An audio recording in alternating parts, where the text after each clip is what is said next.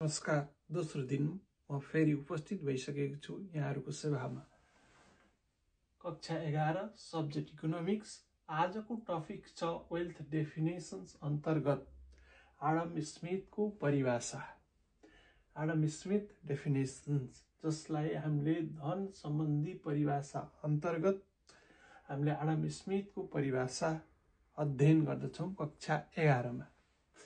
सन् 1776 मा बेलायतका प्रसिद्ध अर्थशास्त्री आडम स्मिथले एउटा पुस्तक प्रकाशित गरे, जुन पुस्तकको नाम हो an inquiry into the nature and causes of wealth of nation नामक पुस्तक प्रकाशित गरे, जुन पुस्तकलाई हामीले छोटकरीमा वेल्थ अफ नेसन पनि भनेर बुझ्न सकिन्छ अथवा भन्न सकिन्छ। उक्त किताबमा उनले अर्थशास्त्रको परिभाषा यसरी दिएका छन्।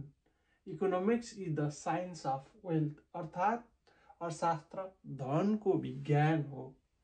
उनले मानिसलाई दुई भागमा विभाजन गरेका छन्, आर्थिक मानव र गैर आर्थिक मानव।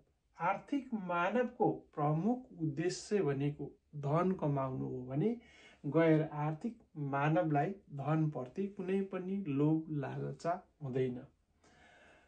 अन्य शास्त्रको दासको रूपमा रहेको शास्त्रलाई स्वतन्त्र र वैज्ञानिक र क्रमबद्ध ढङ्गले अध्ययनको थालनी गरेको हुनाले उनलाई फादर अफ इकोनोमिक्स पनि अर्थात् अर्थशास्त्रका पिता भनेर पनि हामीले चिनिन्छ।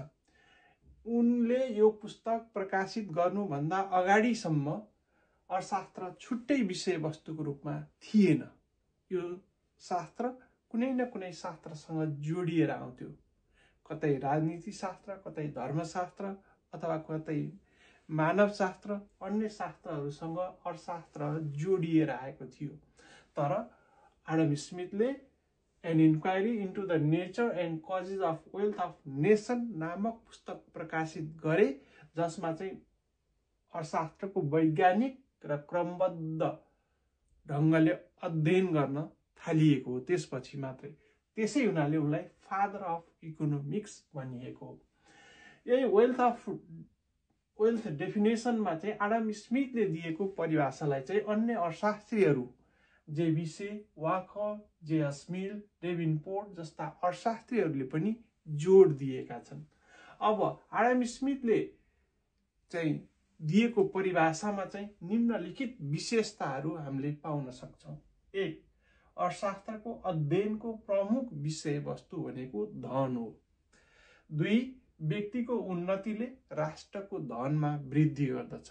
नम्बर 3. मानवीय सुखको आधार धन हो। र नम्बर 4. आर्थिक मानवले जहिले पनि आफ्नो स्वार्थलाई मात्रै हेरेर काम गर्दछ। विद्यार्थी भाइ बहिनीहरू, भोलि हामीले आडम स्मिथको परिभाषामा अन्य अर्थशास्त्रीहरूले के कति आधारमा आलोचना गरेका छन् हामीले पहिल्यै भनिसकेका छौँ। अर्थशास्त्रका कुनै पनि परिभाषाहरू सर्वमान्य छैनन्। हो, अर्थशास्त्र आडम स्मिथले दिएको परिभाषा पनि सर्वमान्य छैन। अन्य अर्थशास्त्रीहरूले आडम स्मिथको परिभाषालाई पनि आलोचना गरेका छन्। उनको परिभाषा पनि आलोचनाबाट मुक्त रहन सकेको छैन। भोलि हामीले अर्थशास्त्रको परिभाषा आडम स्मिथले दिएको परिभाषामा अन्य अर्थशास्त्रीहरूले के कति आधारमा आलोचना गरेका छन् भन्ने बारेमा अध्ययन गर्नेछौँ। हस्त, धन्यवाद।